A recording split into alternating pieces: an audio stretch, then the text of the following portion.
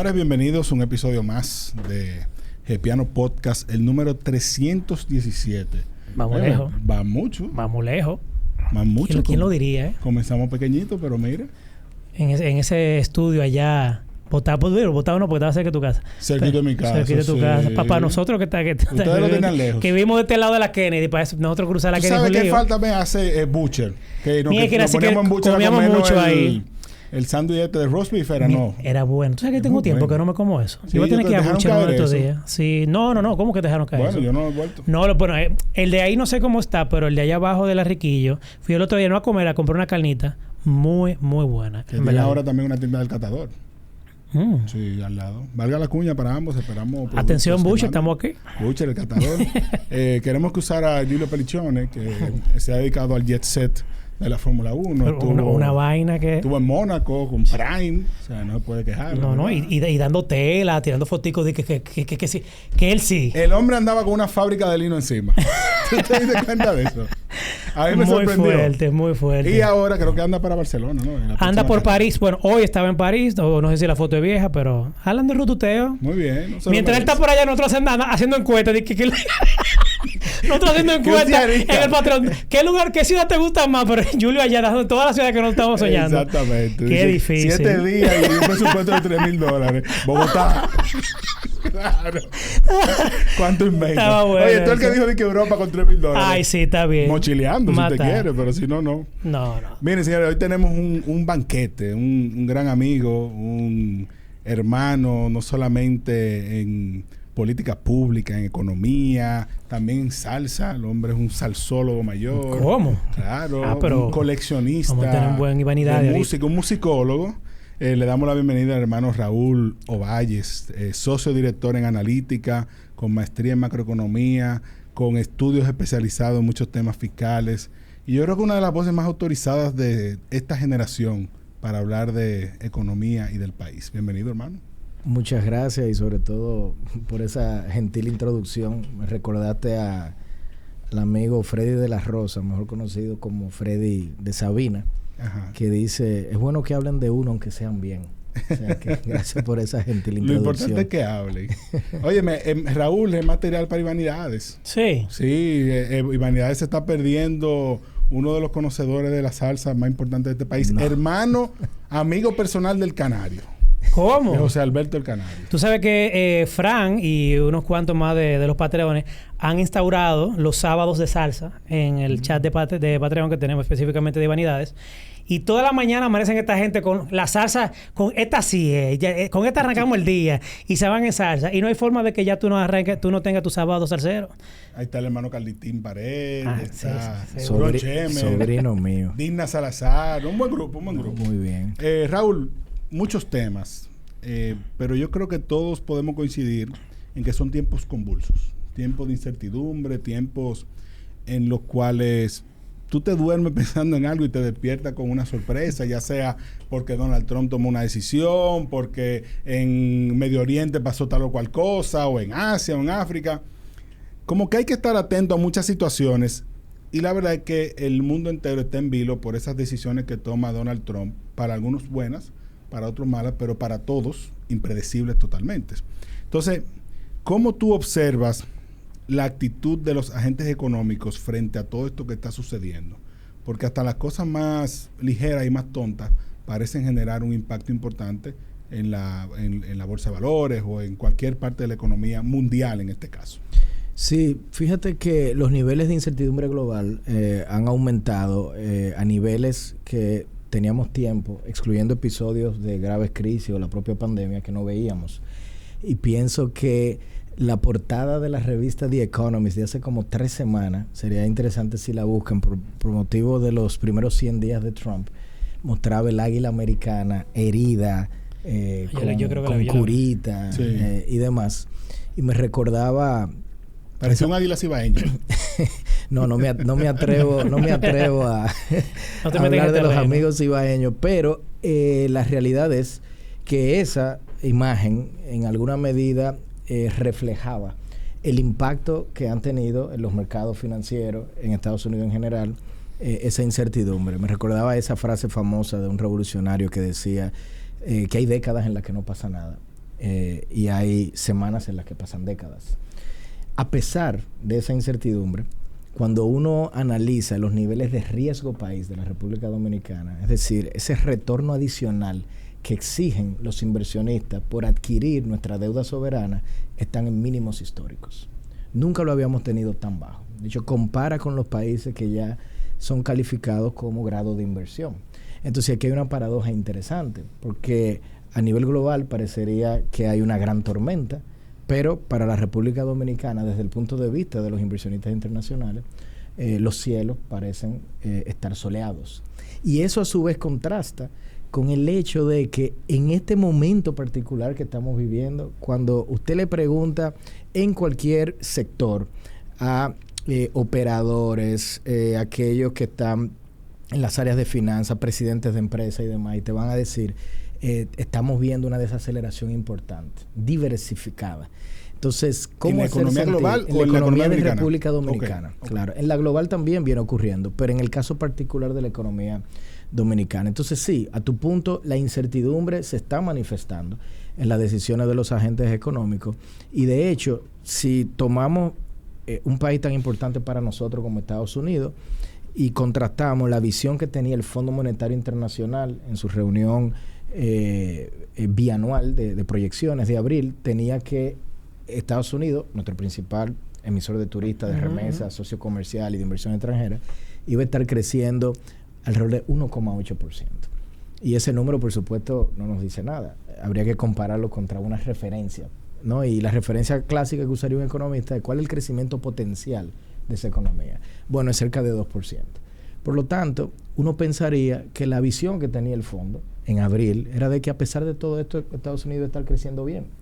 Y si bien esa era la proyección, la realidad es que cuando salió el dato de crecimiento al primer trimestre, entonces la economía americana pasó de haber superado el 2% al cierre de diciembre a haberse contraído con un 0,3% en el primer trimestre del 2025. O sea, una disminución negativa. Una contracción, crecimiento negativo. Okay. Entonces, fíjate que, de nuevo, la incertidumbre que mencionas se comienza a ver en cierta data importante para República Dominicana porque es una fuente de demanda externa.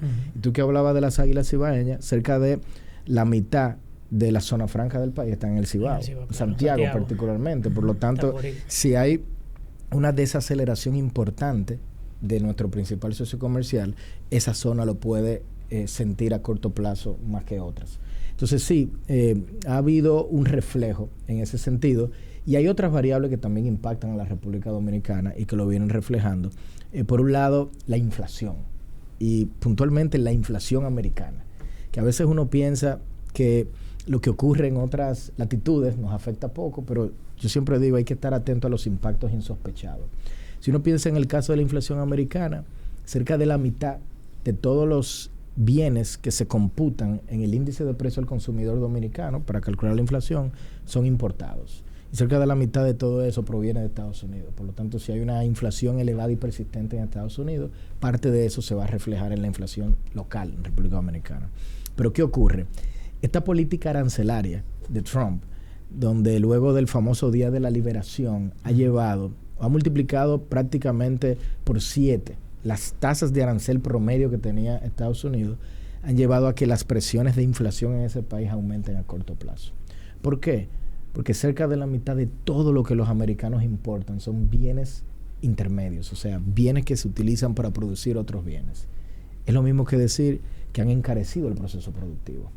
Y entonces esa inflación adicional que se avecina o que se percibe que podría estar ocurriendo en Estados Unidos, entonces dificulta que la Reserva Federal Americana, es decir, el Banco Central estadounidense, baje tasas de interés.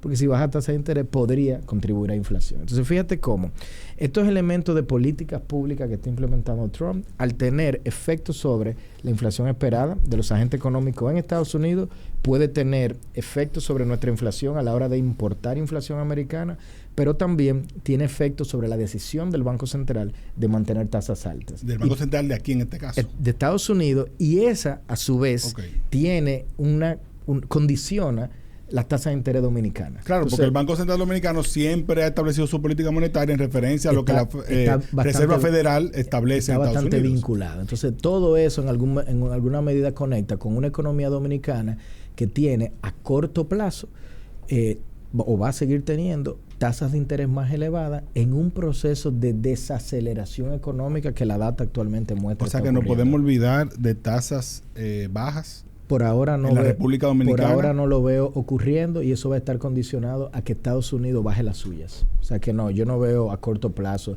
en los próximos 3 meses, 6 meses, una situación en la que las tasas dominicanas bajen a un nivel en que te mueva la aguja para tú incentivarte a pedir préstamos, aumentar tu demanda por tarjetas de crédito o a que el empresario decida expandir a través también de financiamiento. Una pregunta. Un cafecito. No tenemos todavía marca, ¿verdad que no? No, estamos todavía en marca blanca. Es un café de piano.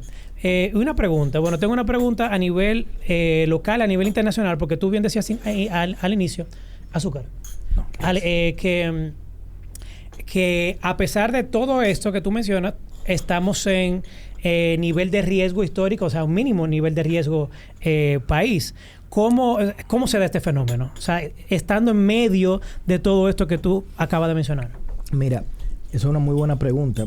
Yo te diría que esos niveles de riesgo país reflejan los precios relativos, como dirían los economistas. No es solamente ver a Dominicana, sino cómo Dominicana compara contra otros países de la región que tienen instrumentos financieros que compiten con los nuestros. Entonces, si Dominicana se ve atravesando una desaceleración, América Latina se ve atravesando una desaceleración mucho peor. Además que se le incorporan otros riesgos a América Latina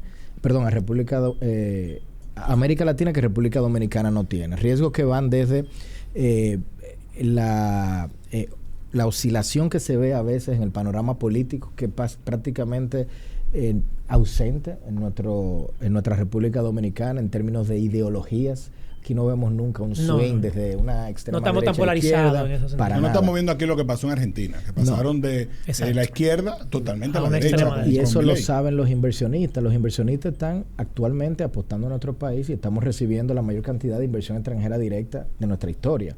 Entonces, es importante aquí separar la visión que se tiene hacia mediano plazo en República Dominicana, que es positiva, versus la situación de coyuntura y de corto plazo, que yo califico como una tormenta que se avecina en términos de desaceleración en la República Dominicana, producto de esta situación de tasas de interés elevadas, históricamente elevadas. Pero lo que tú dices es que para la República Dominicana será una tormenta, para el resto será un huracán categoría 2 o categoría 3. O sea, esto es como que en el mundo de los ciegos, el tuerto es rey. La República Dominicana no es que está bien, sino que relativamente comparado con los demás, está mucho mejor y más atractiva para los inversionistas. Pero yo lo matizara por horizontes temporales, porque en la coyuntura, República Dominicana está entrando en una fase de desaceleración que puede ser profunda y volverse mucho más profunda, dependiendo de las políticas contracíclicas que implementa la autoridad monetaria y fiscal. Ahora bien, hacia mediano plazo, independientemente de lo que ocurra en los próximos 6 a 12 meses, las condiciones fundamentales de nuestro país permanecen bastante positivas y propicias para atraer inversión extranjera. Qué bueno que tú mencionas eso, porque una de las inquietudes con la que venía es que quizás en los últimos meses, he visto algunas alertas que hacen pensar que la República Dominicana está como un tren que ya está a toda capacidad y está dándole para allá a toda capacidad, pero ya comienza a tener algunos, digamos que dificultades y que eso pudieran disminuir la velocidad, que es lo que prácticamente tú planteas. Y lo digo porque hace unos días Andy Dawager decía, República Dominicana no está aprovechando lo que está sucediendo con el cacao a nivel mundial. Precios históricos, a países africanos que normalmente son los grandes productores, están teniendo problemas con enfermedades que afectan a las plantas del cacao. Y la no preparación de la República Dominicana para un escenario así hace que otros sean los que se favorezcan, como el caso de Ecuador. Luego veo por otro lado que la República Dominicana no está, creo que fue más India que escribió, no está aprovechando los precios históricos del oro, que la onza está a $3,300, pero sabemos que hay un conflicto con el tema de la ampliación de la Barrick-Gold, que todavía no se ha definido y que no se han hecho las inversiones necesarias para aumentar la producción, y ahí tenemos otra oportunidad perdida. Pero también cuando hablamos de zonas francas, que ahora viene, por un tiempo se habló mucho de nearshoring, ahora tenemos la amenaza de lo que está pasando con las aranceles y la ventaja que va a tener México frente a nosotros. También vemos que la mayoría de los parques ya están casi a total capacidad. Los parques donde las zonas francas se instalan, que es un alquiler que hacen. Entonces son inversiones también que no se han hecho. ¿Qué va a hacer la República? ¿Qué pudiera hacer la República Dominicana? ¿Qué capacidad tiene para que eso que tú dices suceda? Es decir, que en el corto plazo enfrentamos una tormenta, pero en el mediano plazo lo que tenemos es una perspectiva favorable. Sí, yo te diría que hay que pensar en una serie de medidas mitigantes. Algunas van a tener un carácter más ambicioso que otras. Yo partiría diciendo, en medio de esta desaceleración, las tasas de interés están muy altas, eso es bastante restrictivo, pero también la política fiscal ha sido restrictiva. Es como que las autoridades están pisando el freno cuando deberían de estar pisando el acelerador. Yo partiría con un programa ambicioso de inversión pública que retorne el PIB de la República Dominicana o la actividad desde su nivel efectivo vigente al nivel tendencial. Pero eso implica hacer un verdadero despliegue de obra de infraestructura alrededor del país, distribuido geográficamente y pensando, por supuesto, en el empleo que generan, en el retorno social de las obras, en fin. Entonces, eso es un tema que te va a ayudar a soltar un poco el freno. Hay elementos tácticos sectoriales, vamos a llamarle. Tú mencionaste algunos, como el caso de nuestra minera. Y faltaron más, o sea, no mencioné el turismo, no mencioné la amenaza de la remesa. El caso del turismo, ¿no?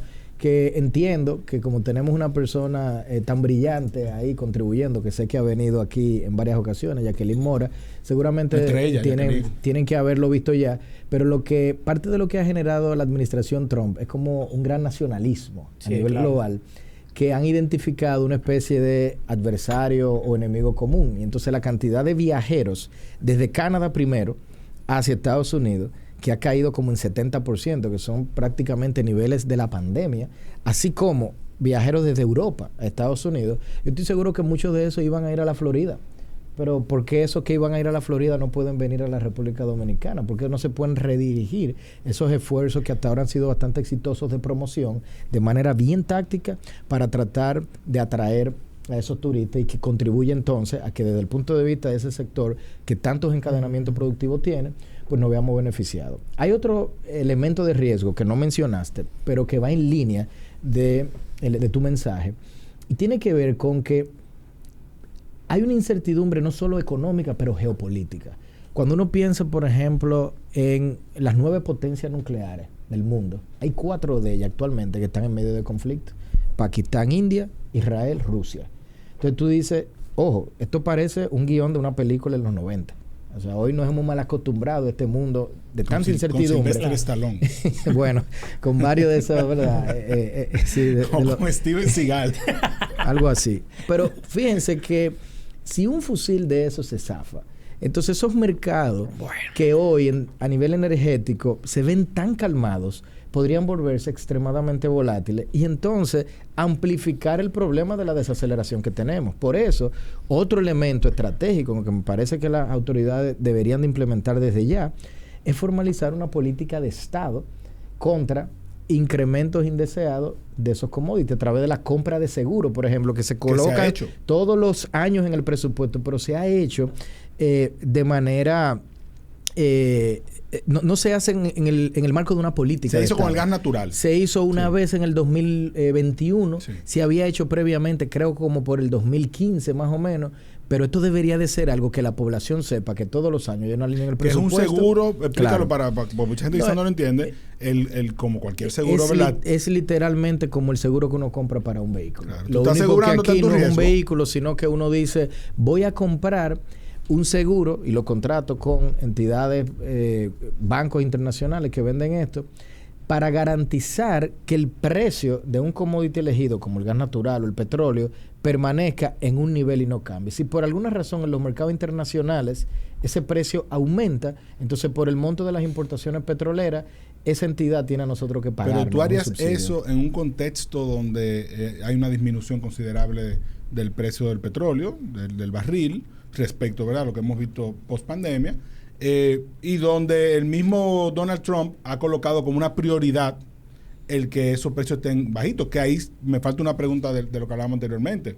O sea, ¿En qué escenario todo esto que está haciendo Donald Trump funciona? Porque uno de los escenarios donde él decía que esto funcionaba, esta tarifa, esta medida, era con un petróleo a $50 el barril y estamos cerca de ahí. Yo no pienso en una política de Estado de esta naturaleza como algo de coyuntura. Al llamarle de Estado, yo estoy pensando en que el país simplemente se blinde en corto, mediano y largo. Okay. Entonces, esto es importante tomarlo en cuenta porque esto, en mi opinión, debió de haber ocurrido antes. Si yo veo el precio del petróleo hoy y digo, está sumamente bajo, ¿para qué me voy a meter en un seguro? Es simplemente porque estoy reconociendo que hay un entorno geopolítico tan complicado que se puede dar lo que los economistas llamamos un riesgo de cola. O sea, ese evento que prácticamente nadie está previendo, pero que si ocurriese, eventualmente podría generar una volatilidad que sí nos afectaría de manera importante. La guerra de Ucrania generó eso con los precios, por ejemplo, del acero a nivel global y en República Dominicana en particular. Y no fue peor, porque como tú bien dijiste, había ya un seguro comprado para el gas natural. Pero si no lo hubiésemos tenido, Dominicano hubiese sufrido más todavía. Claro. O sea, a eso me refiero con que es una buena oportunidad para adquirir ese tipo de instrumentos. Una pregunta.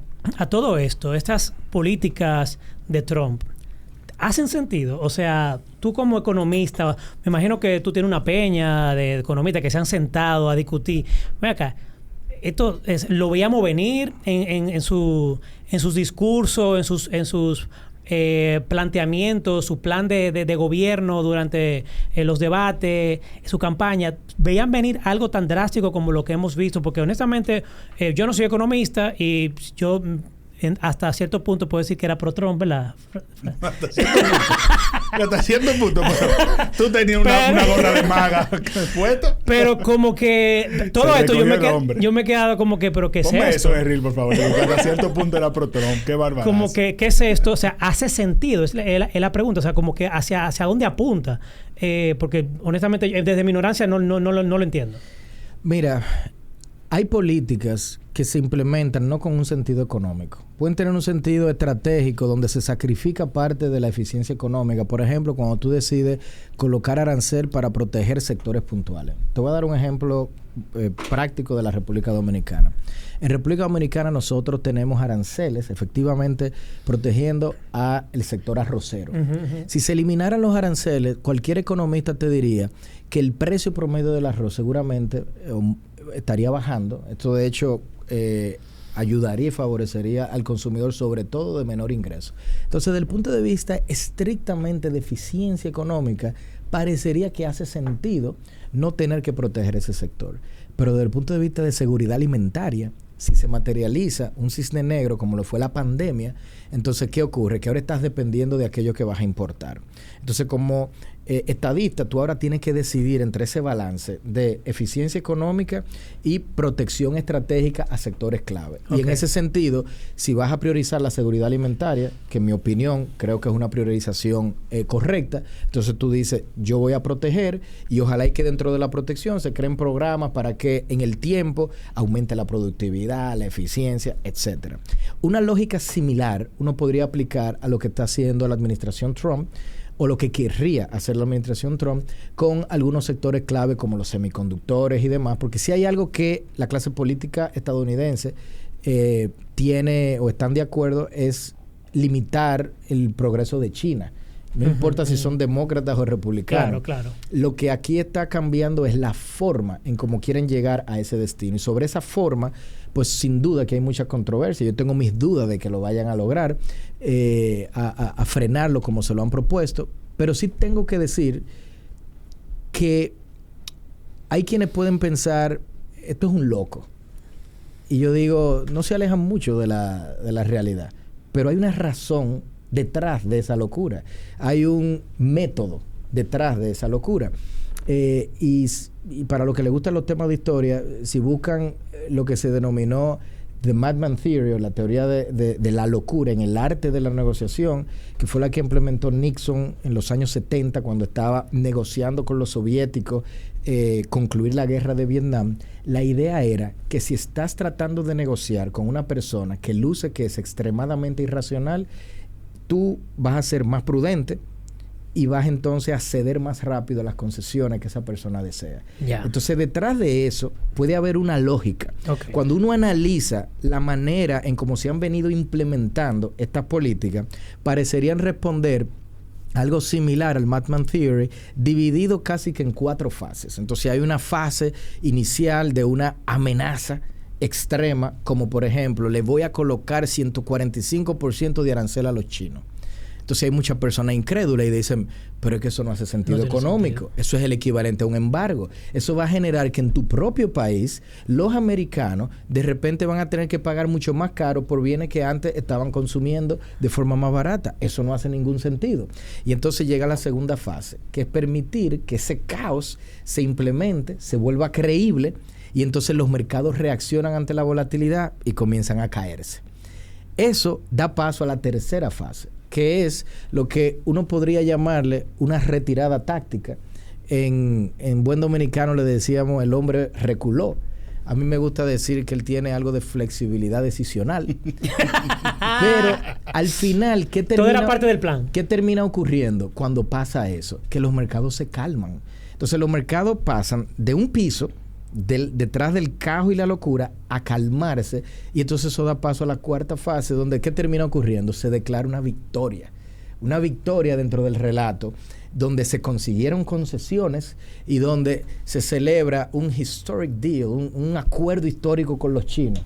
Bueno, pero la realidad es que no hubo ningún acuerdo histórico. Lo único que hiciste fue que pasaste de la fase 3, donde había tú mismo implementado una crisis, a calmarlo todo.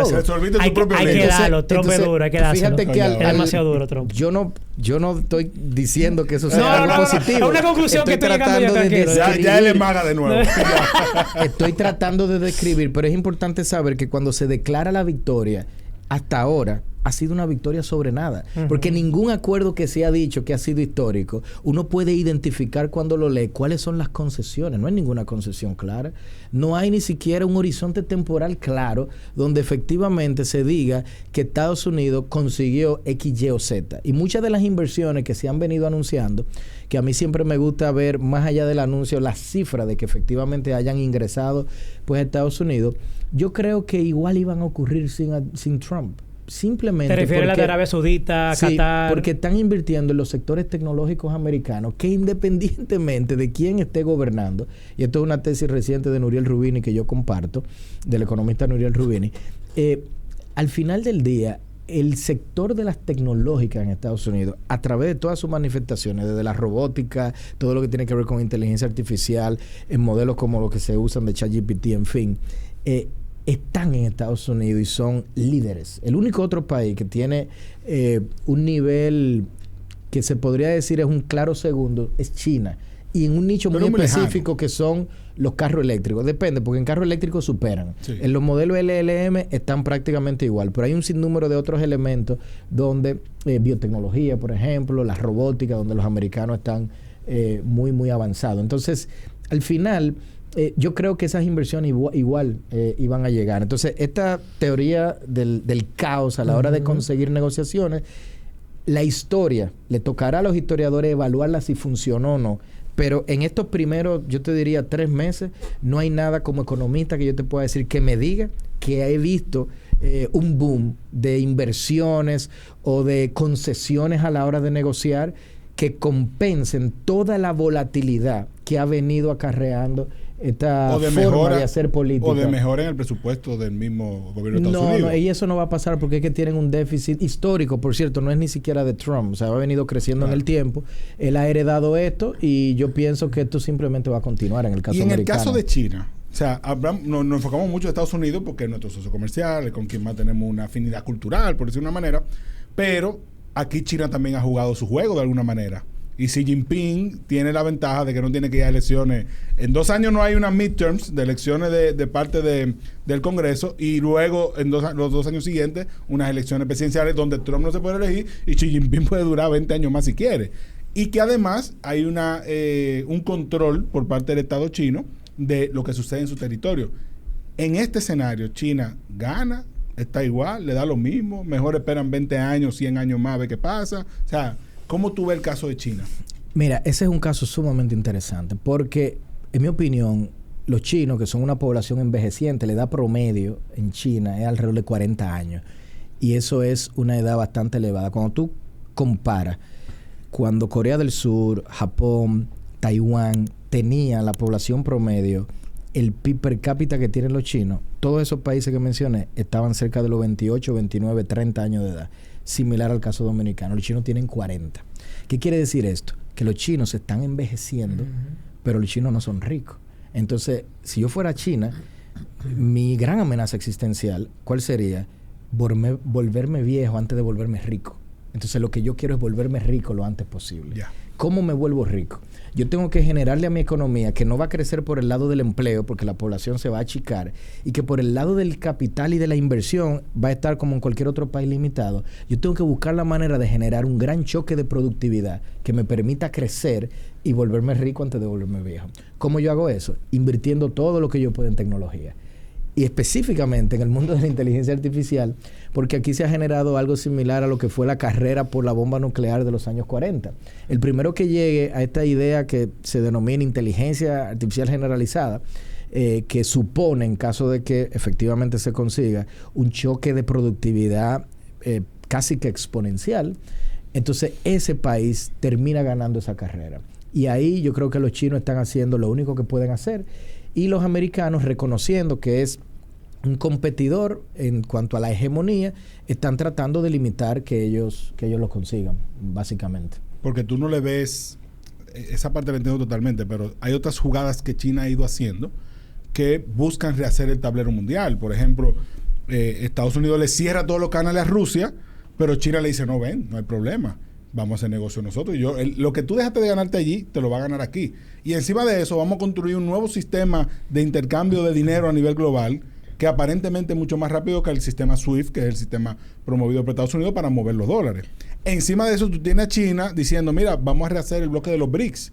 Brasil, Rusia, India, China, Sudáfrica, pero sumarle a los países árabes. Que los países árabes bien pueden invertirle dinero a Estados Unidos, pero tienen suficiente también para invertirle a China y a los demás otros países. Esas otras jugadas en ese tablero geopolítico que impacta la economía mundial, ¿tiene un peso o simplemente es decorativo? Muchísimo. De hecho, tú podrías dividir 3 grandes esferas: la económica, la tecnológica y la de seguridad, refiriéndome a elementos militares que te van a definir a una potencia. Las primeras que yo te describí están bajo el marco de las esferas económicas. La que tú mencionas del SWIFT, por ejemplo, se solapa un poco entre lo económico, tecnológico y en cierto sentido de seguridad, porque voy a hacer un comentario breve sobre eso. Para mí, los historiadores van a recordar como un gran error de la administración Biden haberle apagado el SWIFT a los rusos en medio de esa guerra, porque eso mandó una señal clara tanto a los rusos, que ya lo tenían identificado como riesgo, porque si tú analizas los 10 años antes de las reservas internacionales rusas, previo a la guerra, ellos venían reduciendo su exposición a los dólares americanos. Y entonces el que ve eso dice, ¿por qué ellos tenían ese interés en reducirlo tanto? Bueno, que quizá ellos habían contemplado que había un riesgo de que hubiese que le frizaran la reserva, como efectivamente terminó ocurriendo. Y los chinos vieron eso y dijeron, yo no puedo permitirme que en mi economía me vayan también a pagar el SWIFT, voy a crear el mío propio. Hoy en día, en el caso chino, cerca del 4% de todas las transacciones del mundo pasan por el SWIFT, que pasan por el SWIFT son chinas. O sea que todavía China no es un jugador mayor en ese tablero. En el caso americano debe de ser la mitad de todas las transacciones del mundo. Pero ¿qué pasa cuando, como tú bien decías, los chinos ya tienen su propia versión del SWIFT? Hay algo adicional. Los chinos, me voy un paso atrás, cuando se crea el SWIFT, muchos años atrás, décadas atrás, el principal socio comercial del mundo era Estados Unidos. Estados Unidos era el país que abrazaba las políticas comerciales de apertura. Hoy en día es China. Hoy en día Estados Unidos lo ha hecho al revés. O sea, el que luce como el más capitalista es China y de apertura, y son los americanos que se están cerrando. Pero ¿quién es hoy el principal socio comercial a nivel global? Cuando yo hago un conteo de países, son los chinos. Entonces, lo que yo creo que eventualmente va a pasar en el mundo del SWIFT es que los chinos van a crear su SWIFT y le van a decir a sus socios comerciales, dígase un Brasil, dígase la gran mayoría de los países africanos, miren, ya dejen de utilizar el SWIFT porque además ustedes están transando con yuanes y entonces vamos a utilizar el mío. Entonces tú vas a tener como 2 bloques de moneda según los las relaciones comerciales entre los países, donde, insisto, la americana va a ser, y lo va a ser por los siglos de los siglos, la más importante en términos de moneda de reserva. Entonces es una esfera económica, una esfera en cierto sentido de seguridad, hay una esfera militar, y ahí hay otros elementos vinculados a lo que está haciendo China en el mar del sudeste asiático, y eso es importante mencionarlo porque así como los rusos invaden a Ucrania, hay un riesgo de invasión de China a Taiwán. ¿Y por qué esto es importante en este sentido, en este marco del tablero geopolítico que tú mencionas? Porque la esfera tecnológica, Taiwán produce el 90% de todos los chips que utilizan muchos de los aparatos que están aquí, y sobre todo los de más avanzada tecnología a nivel mundial. TSMC. Entonces, esa empresa la tienen los chinos a una distancia en Taiwán que es más cerca que de aquí a la Romana.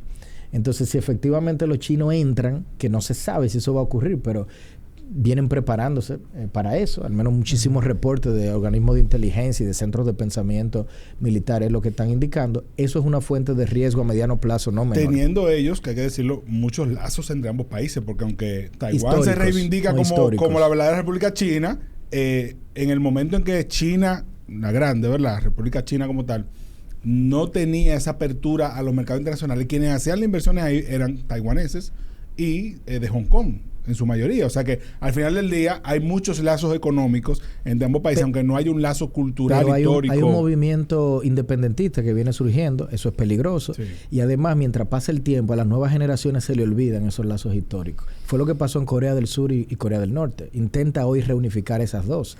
Van a decir, bueno, pero es que yo no me recuerdo que mi tatarabuelo era el hermano del que se quedó del otro lado. Pero China tiene un referente con Hong Kong de 2 sistemas, un país. Sí, que pudiera funcionar a Taiwán. No, mira, a mí no me importa que tú tengas tu sistema más capitalista, que al final de cuentas China también ya prácticamente capitalista. Es cierto, pero ahí yo lo que creo es que la condición inicial es distinta, porque en el caso de Hong Kong había, recuérdate, era el equivalente a un protectorado donde eran los ingleses que seleccionaban el gobernador. En el caso taiwanés es un sistema presidencialista. Entonces hay una concepción democrática en el caso taiwanés, que en el caso de Hong Kong no estaba tan clara como lo tienen los taiwaneses. Pero en fin, lo que quiero yo decir con todo esto es que en esas 3 esferas que te menciono, los chinos están haciendo su jugada, que cuando yo pienso el elemento común que tienen todas esas es que están propiciando volverse ricos antes que volverse viejos, básicamente. Raúl, aterrizando un poco más allá a nivel local, ¿cómo tú ves a nivel macroeconómico el país? ¿Qué tan saludable está? Producto Interno Bruto, el tema de la deuda que a muchos les preocupa, que si nos estamos endeudando mucho. ¿Cómo vamos? Mira, una radiografía de un experto como tú así. No, experto no. Así como Frank, que también es un maestrante. Humildemente. Pero mira, que me gradúe, en términos de la economía, cuando uno mira los datos a marzo, que publicó el Banco Central, uno ve que la economía creció de marzo de 2025 a marzo del 2024, 5,4%. Ese número supera la tendencia de 5% de nuestro crecimiento potencial, pero la realidad es que ese número está comparando un marzo, el de este año, donde no cayó la Semana Santa, contra un marzo del año pasado, donde cayó la Semana Santa. ¿Y por qué eso es importante? Porque cuando tú tienes Semana Santa en un mes, entonces la cantidad de días productivos de ese mes es menor. Entonces tú estás comparando este marzo de muchos días productivos contra el marzo del año pasado de menos. Yeah. Y se ve entonces un salto en el indicador. Cuando llegue el de abril, cuando se publique, ese efecto que te acabo de explicar se va a revertir. ¿Por qué? Porque abril en este año, la Semana Santa cayó en abril, no el año pasado. Y hay que agregar ese holocausto, que no quiero recordar, que también ocurrió en abril. Y que... ¿Te refieres a la tragedia del Jet Set? Claro. Y entonces...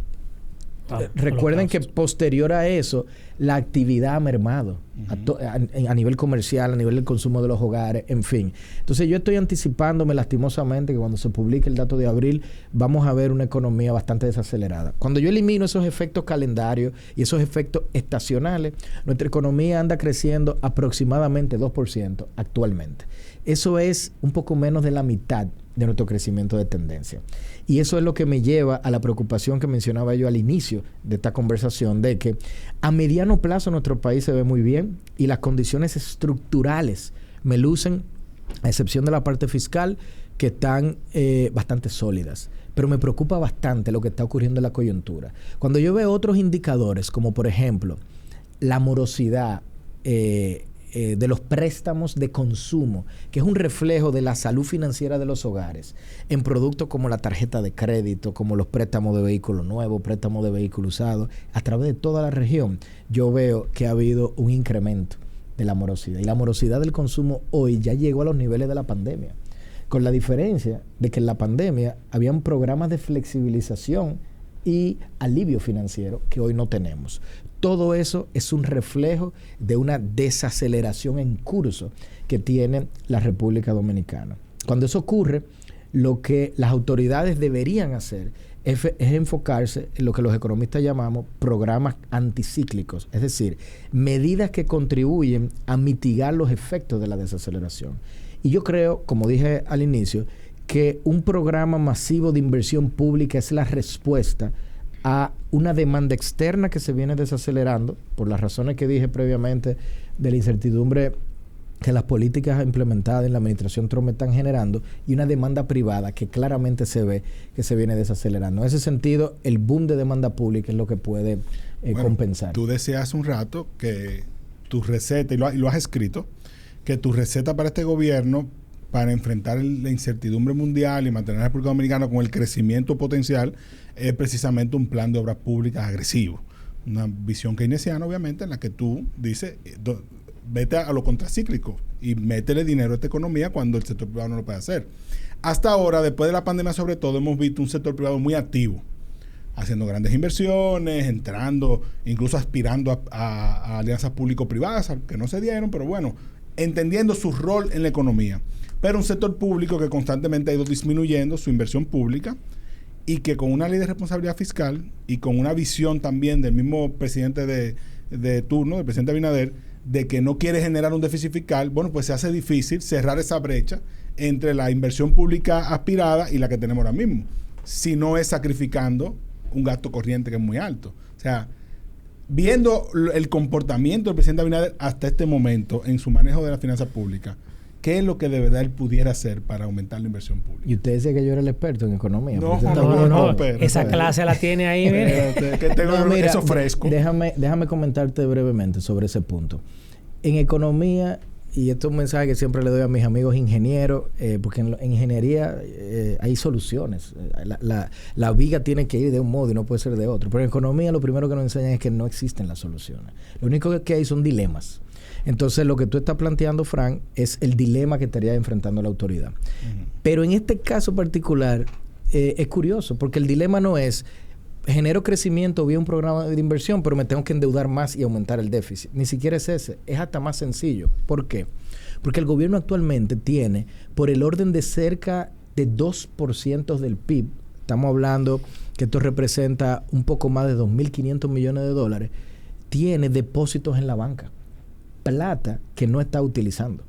Entonces, lo único que yo estoy diciendo aquí es, si del lado del activo tienes cash, tienes plata, convierte ese cash en presas, en carreteras, en obras que te generan empleo y que te compensan esa caída de la demanda privada.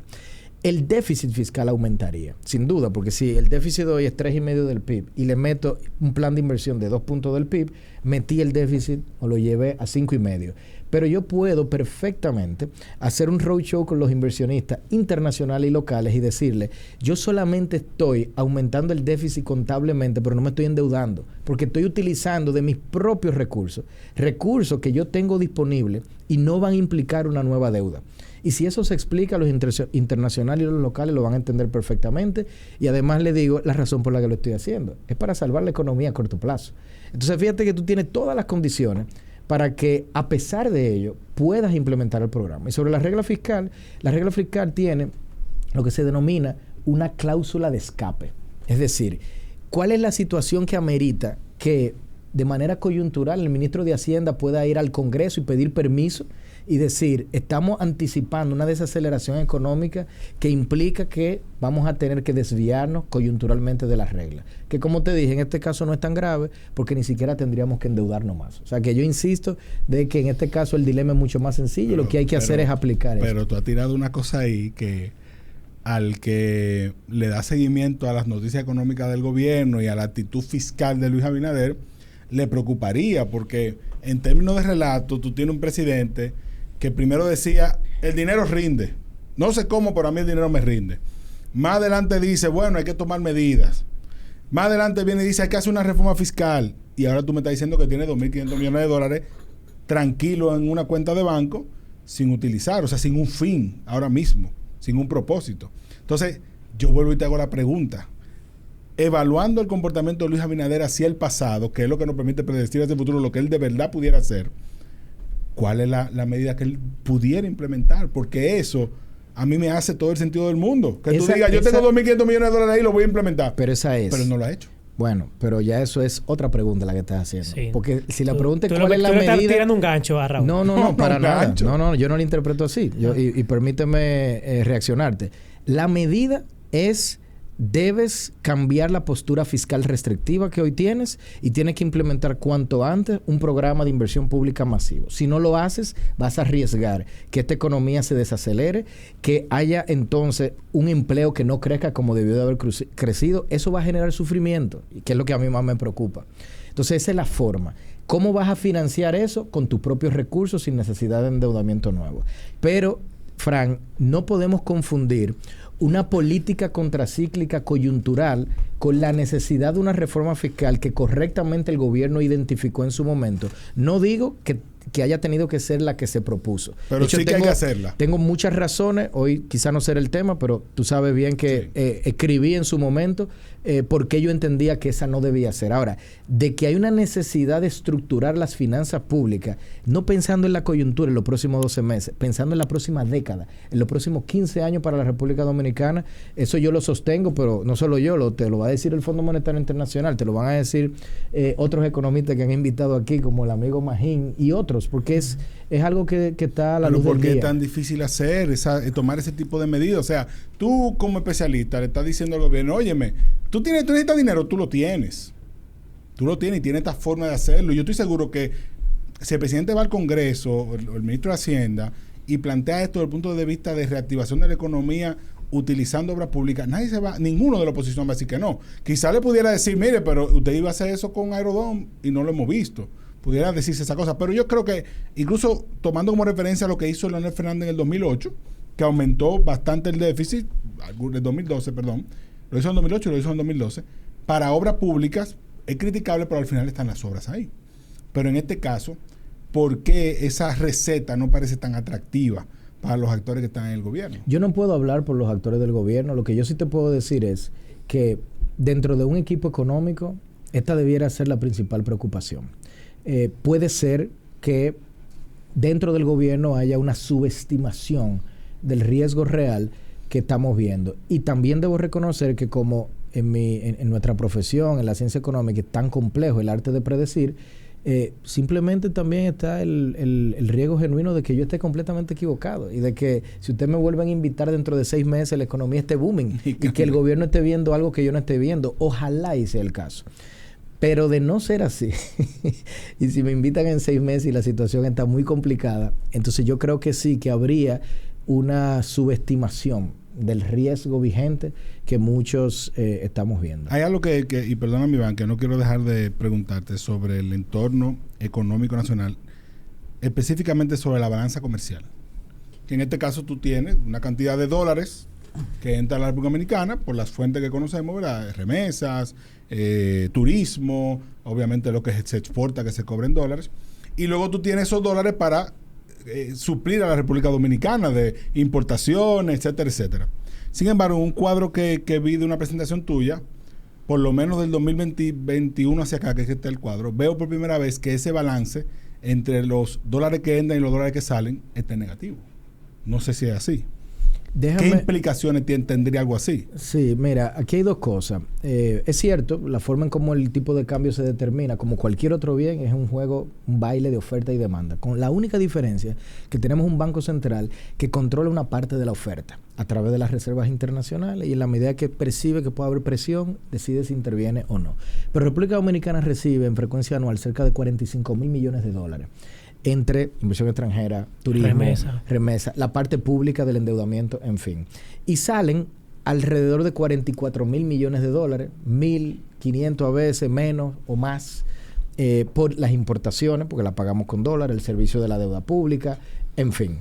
Entonces, se vio que en el año pasado hubo sin duda una reducción y además una intervención de parte del Banco Central por tratar de frenar lo que ha sido un periodo de depreciación de la moneda. Pero yo quiero ser insistente con algo. No porque los dólares no están entrando. O sea, aquí no hay un problema de que una de nuestras fuentes estructurales de repente se ha caído.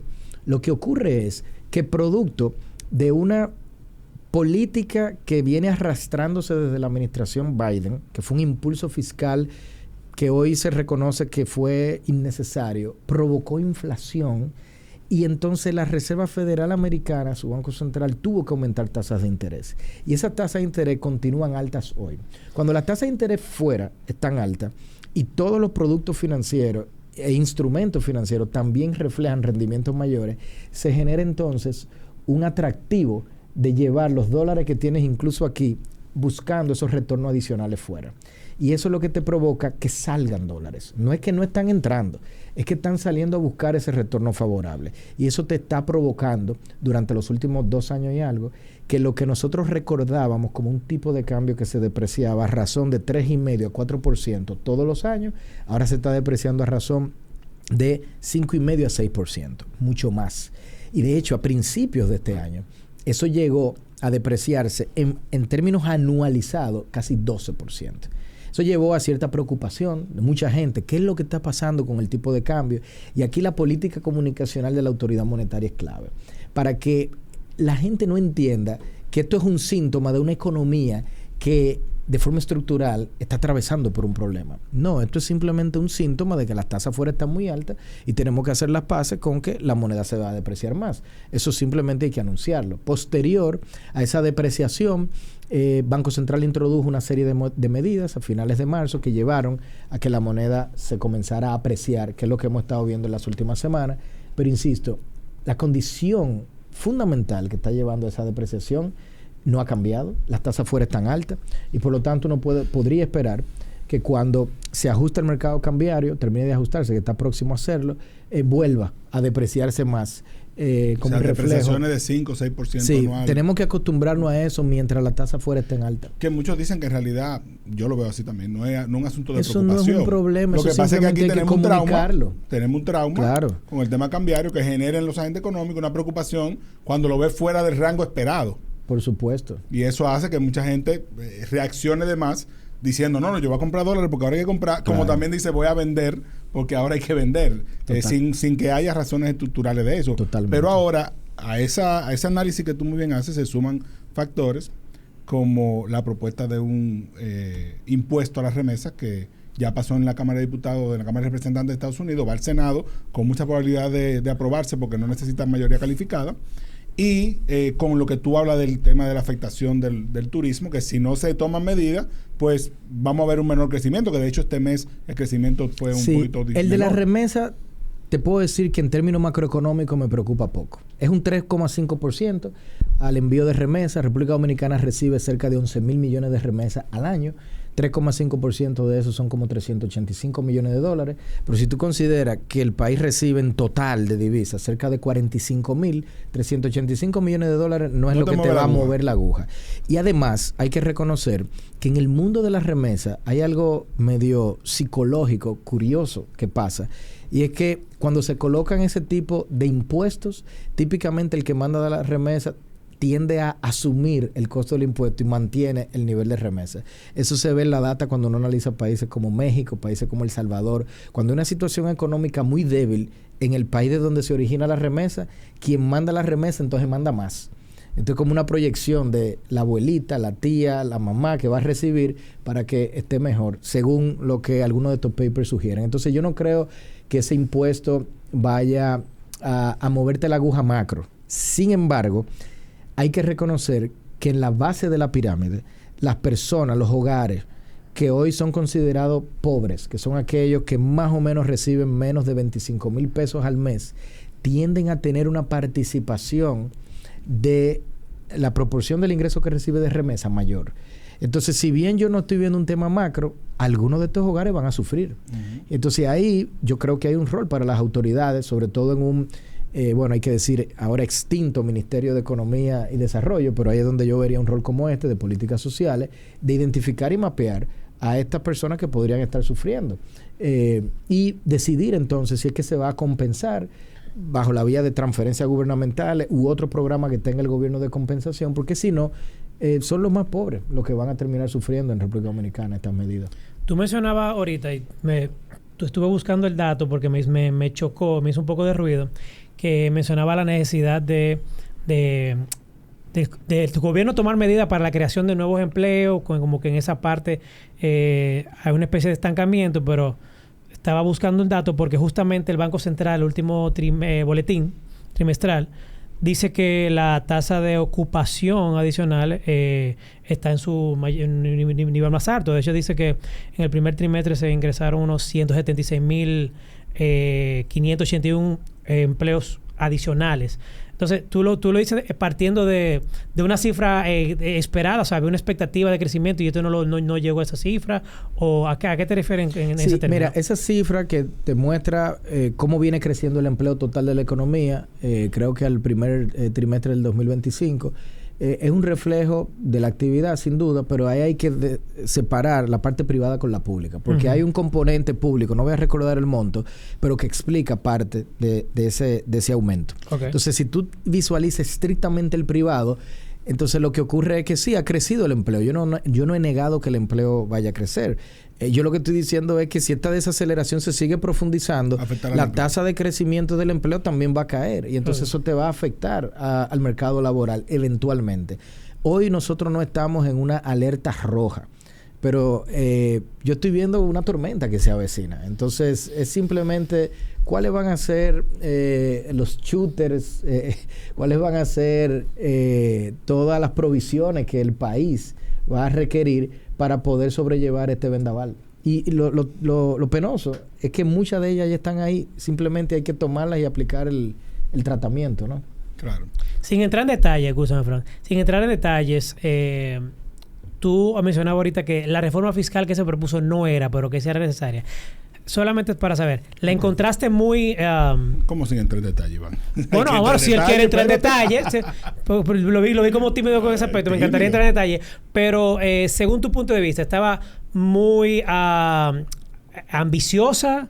¿Estaba muy por debajo o era simplemente que de donde se quería buscar el dinero no eran las fuentes? O sea, ¿cuál era realmente la crítica? Mira, la crítica es múltiple y más que entrar, como tú dices, en todos los detalles, vamos a concentrarnos en cuál fue el marco metodológico que se aplicó para generar el documento que se envió al Congreso. Okay. Primero fue algo completamente hermético. Normalmente en los procesos de reforma se construyen lo que serían SWAT teams, equipos, Dream Teams, por cierto, donde se identifican especialistas en áreas clave, política tributaria. El especialista de política tributaria, que tiene que ver con administración, que también tiene algo que ver con administración tributaria, que es cómo voy a recaudar los impuestos. O sea, son unos señores que muchos de ellos están ahí fuera en mercados internacionales, que nosotros deberíamos tenerlos aquí, con dominicanos, además un equipo local que sirva de enlace, y eventualmente con, yo diría, comités consultivos a través de los gremios empresariales para que una vez se diseñen las políticas y propuestas, entonces se voltee donde el empresario y se comience una negociación previa a lo que eventualmente llegaría a un congreso. Todo ese proceso se saltó. Entonces se hizo algo muy hermético con un equipo muy, muy concentrado que no tenía la cantidad de especialistas que se tenían que tener. Y por eso, de repente surgen medidas como, por ejemplo, vamos a eliminar todas las exenciones. Eso a mí me preocupa, porque yo digo, yo me imagino que hay exenciones que deberían de limitarse, otras eliminarse y demás, pero todo eso debe de partir de un estudio cuantitativo.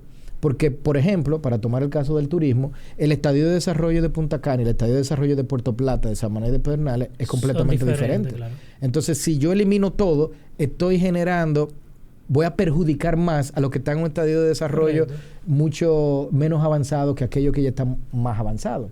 Quiero eliminar las de las industrias culturales. Bueno, pero ¿por qué no las rediseñamos? Porque yo no tengo, como en el caso de Nueva Zelanda y otros países, algún tipo de estructura en la que si tu película llega al Festival de Cannes, entonces yo efectivamente te puedo generar un tax break o lo que fuese, ¿no?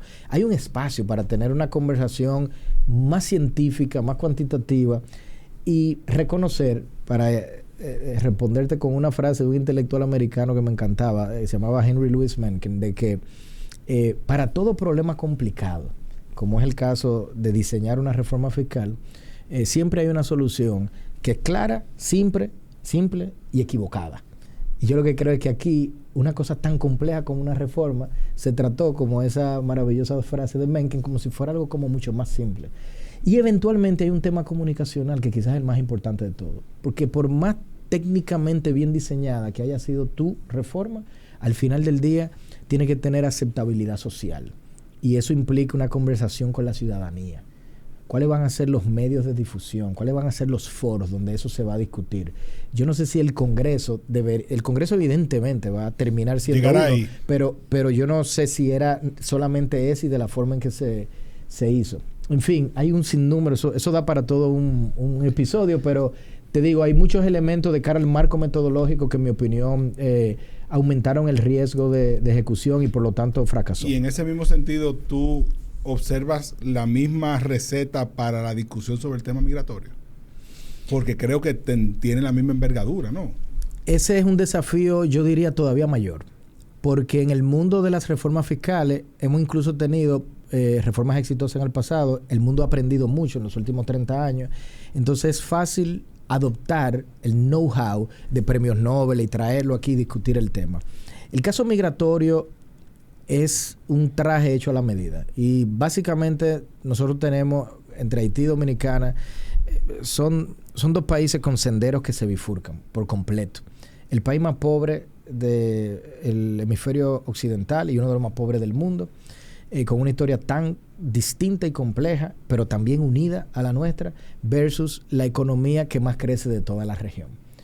No hay ninguna isla, territorio, flotando en el mar, que cumpla con esas características. Creo, buscando en el mapa, que solamente Timor del Este y creo que Indonesia tienen una categoría similar de dos culturas distintas y demás.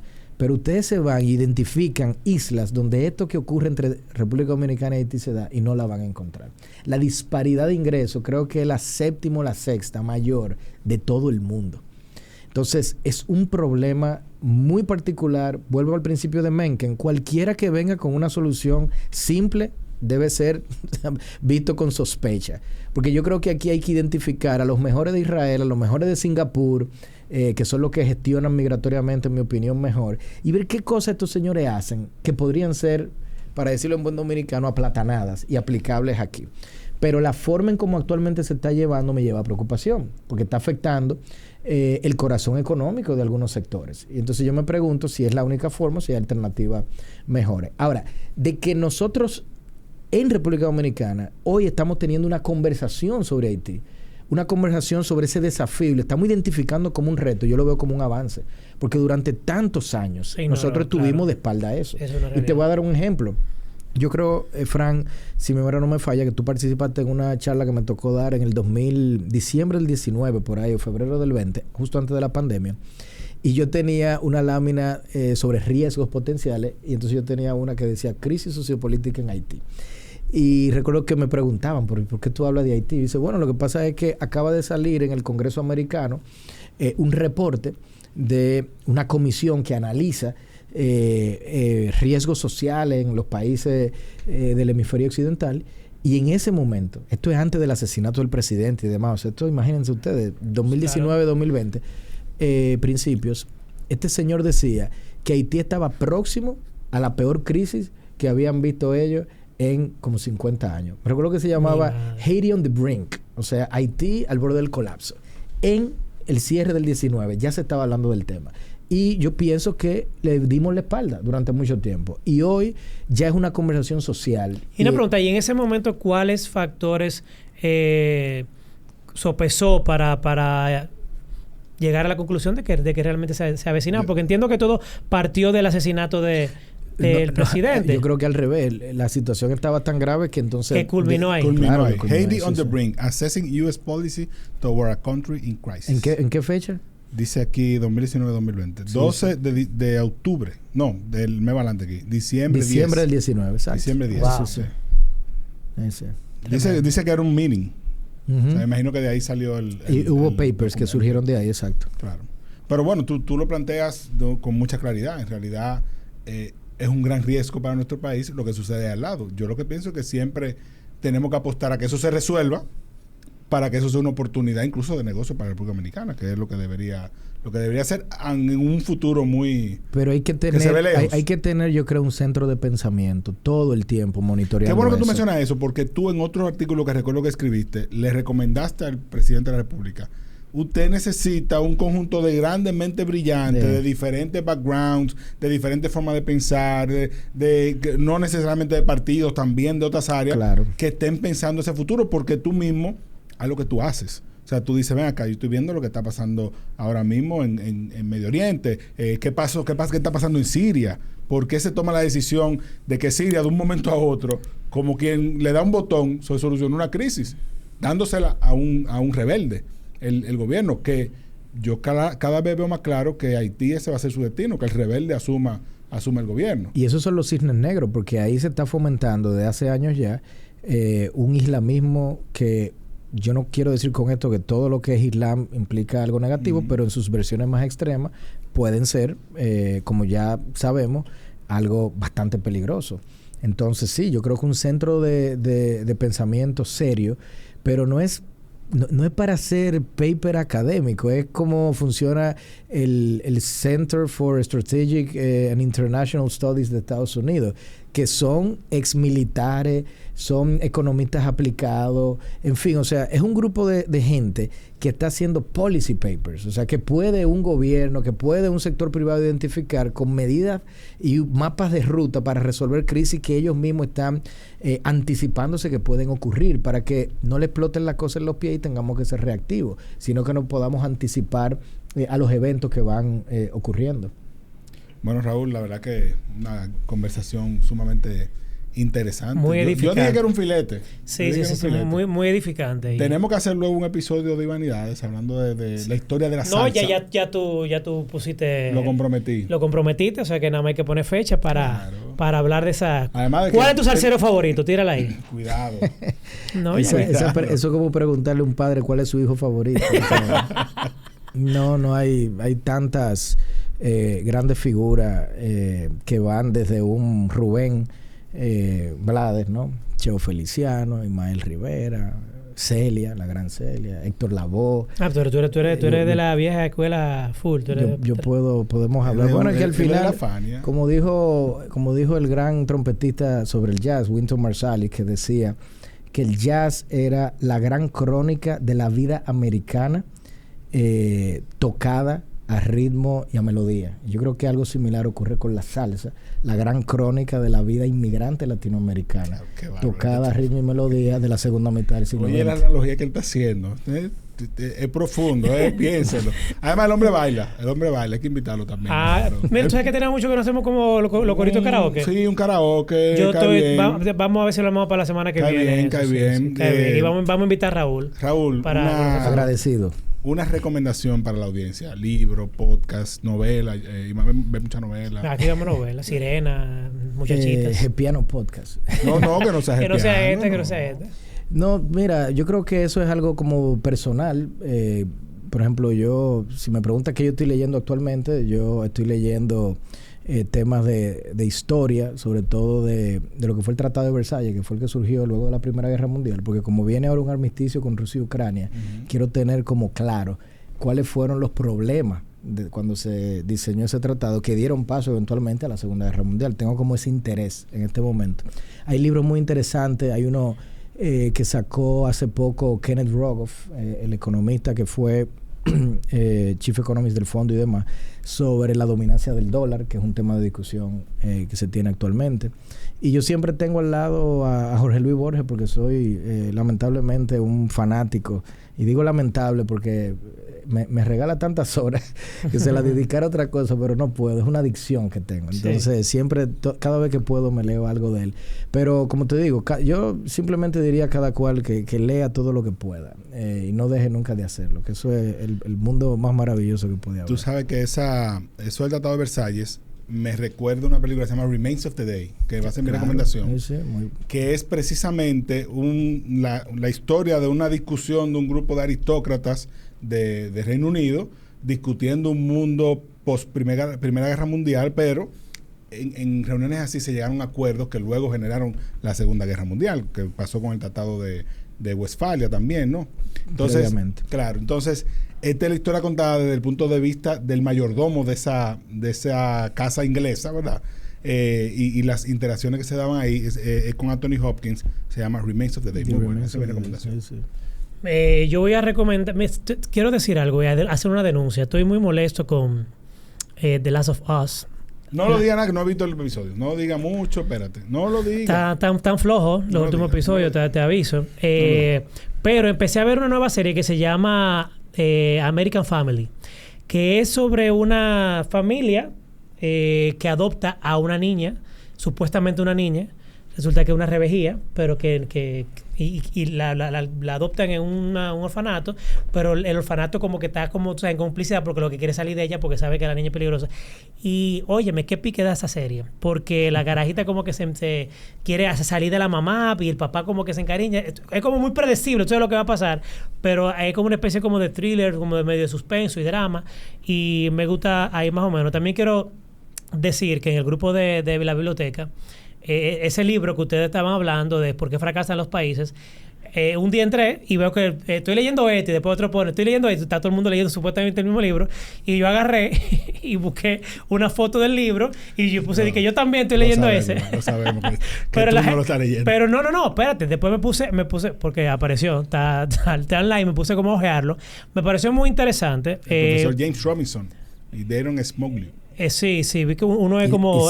Y Simon Johnson. Que es Nobel, ¿no? Tiene un premio Nobel. Los tres ganaron el Nobel ahora en 2024. ¿Por esa obra? No. La obra fue, como siempre ocurre en economía. Sí, pero como siempre ocurre en economía, esos son papers académicos que se hacen 20 años antes. Yo era estudiante cuando surgieron. Y nosotros decíamos siempre, esa gente va a ganar. Yo traje a James Robinson al país. Sí. Bueno, Robinson fue cuando yo estudiaba en Chile. Y en un verano. Y recuerdo que yo me lo encontraba, mi yo de esa época, ¿no? 20 años atrás. Yo decía, wow, pero este tipo sí se ve como creído. Porque entonces él llegaba a la clase y decía, para entender estos temas hay que saber de ciencia política y de economía. Y yo tengo un doctorado en ambas. Y eso me daba un pique. Debo decir que mi libro está dedicado. Sí, ahí mismo que tú mandas tu foto. Está muy bueno el libro. Debo decir que me falta mucho. Empecé a ojearlo. Busqué más sobre el... Porque me llamó mucho la atención. Empezaron como a discutir. El embajador estaba diciendo que ustedes creen si vivimos en el modelo que es inclusivo, extractivo. Y como que me puse a indagar sobre el tema. Y la verdad que está bastante interesante. O sea que, aunque no he terminado de leerlo, lo recomiendo. Creo que... Sí, sin duda. Vale la pena porque me gusta mucho para entender el desarrollo de los países y los que no se han desarrollado. Y el tema de las instituciones, y que no es un tema de cultura o geográfico, es literalmente un tema de fortalecimiento de las instituciones. Mira, me compró con eso. Quiero recomendar Nonas, ¿la viste? Está en Netflix. Es una historia de la vida real de un muchacho, un señor, que abre un restaurante en honor a su familia italiana, pero las cocineras son abuelas. Abuelas, o sea, adultos mayores. Sí, que le dicen la nona, claro. La nona, exacto. Está muy buena. Es con... Wow, que estaba con Jennifer Aniston en la película... Wow. El de la película que son como medio loquitos. Que está con Owen Wilson también en otra. Bueno, ese. Bueno, okay. Muy bueno. Señores, gracias. Raúl, de verdad, muchísimas gracias Excelente. por la visita. Excelente, que se repita. Estos son de los masterclass que usted tiene que agradecernos a nosotros, que le damos de manera gratuita.